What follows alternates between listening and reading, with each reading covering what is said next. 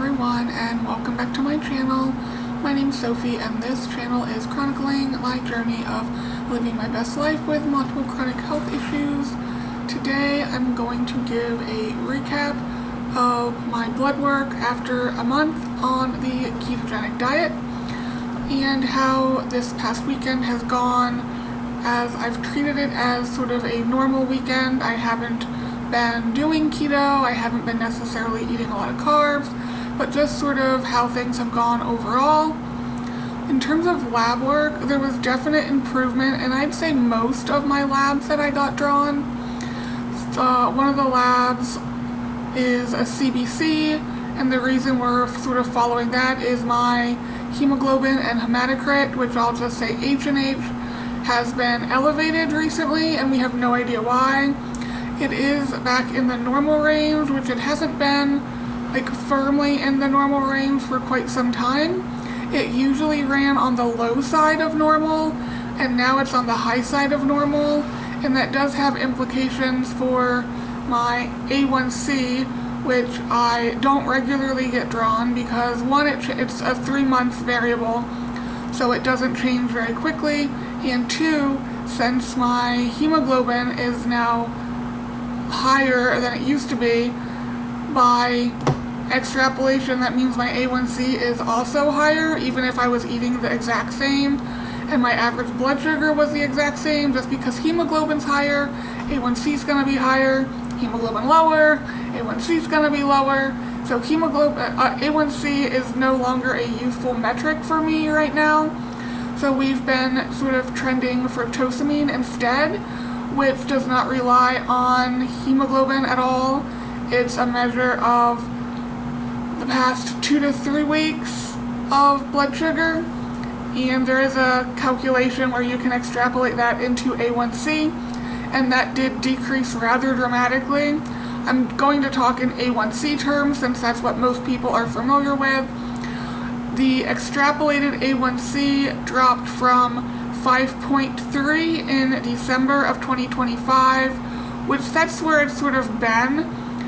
I've had the fructosamine measured in November of 24, August 25, December 25, and then June of 26. And in June of 26, it actually flagged. So when I opened my chart, it was flagged abnormal, and I was like, that's a little concerning. It flagged abnormal because it was low. It extrapolated to an A1C of 4.4, so almost a full drop in my A1C, which is impressive over a relatively short amount of time. So glucose averages, and I saw it in my CGM also. I probably should have that data up as well while I am talking about this. I did see that on my CGM also. My average glucose dropped dramatically. It dropped from an average of 132 when I was sort of just eating whatever I wanted, and with a standard deviation of 31, which is rather variable, to an average glucose of 114 with a standard deviation of only 17. So my blood sugar was under much more control. I was in range much more of the time. The Stello CGM that I normally wear also calculates what percent of the time you are below 140 2 hours after you eat. And prior to keto, I was only below 140 44% of the time after I logged a meal. Versus on keto, I was below 91% of the time I logged a meal. And that is counting the first few days that I wore the CGM that I wasn't necessarily doing keto. So that number is also skewed, but I just wanted the exact same time frame. So I went April 1st to April 30th versus May 1st to May 30th. So the 91 is probably incorrect. It's probably higher than that because I was eating high carb the first few days of May because I had events already planned, and I had already planned on what I was eating, and it involved carbs. moving away from blood sugar, well, not really. Let's go to fasting insulin. My fasting insulin is actually why I went keto. Whew, sorry about that. My fasting insulin had skyrocketed all the way up to 41.5, and normal is below 24.4, and my primary doctor would like mine to be like around 8 or so. Back in December of 2024, it was 8.7.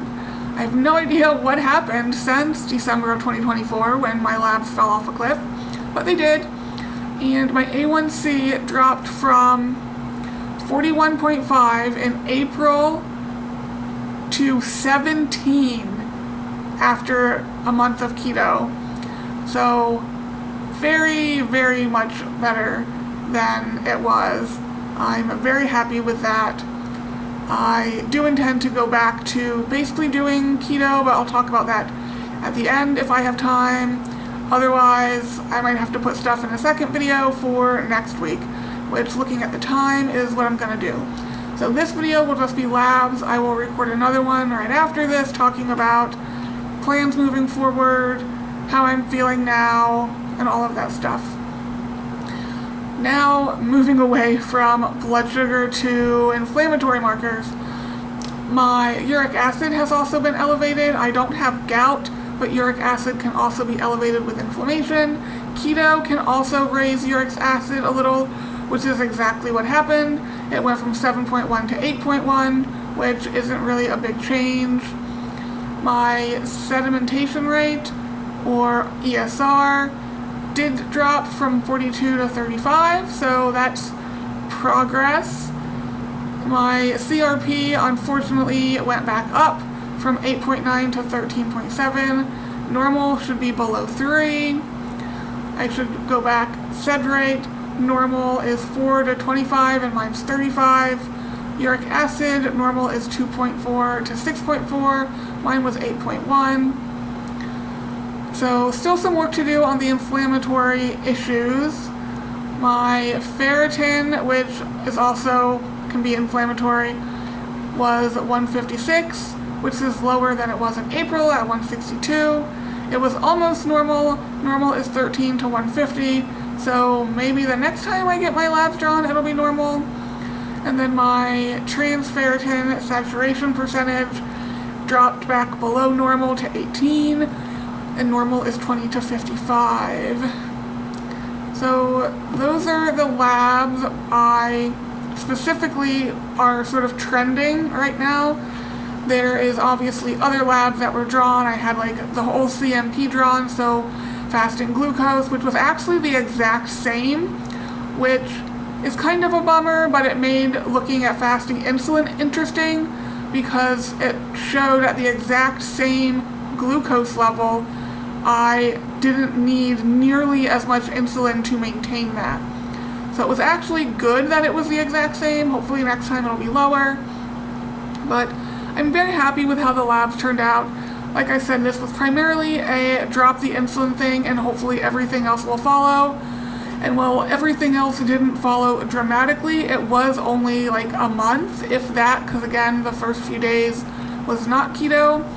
So more to come on how a very low or low carbohydrate diet sort of does with my inflammatory and my glucose and all of that stuff.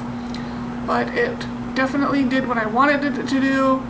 I did notice other benefits, which I've talked about. My sleep was more regular. I did lose a little bit of weight. I was starting to lose weight again towards the end. So things were definitely starting to change, which was good. And like I said, in the next video, I'll talk about what I plan on doing moving forward and how I felt eating carbs, if I ate carbs afterwards. Anyway, that's going to be it for this one. I hope you're having a wonderful day whenever it is you're seeing this, and I will see you in the next one. Bye, guys.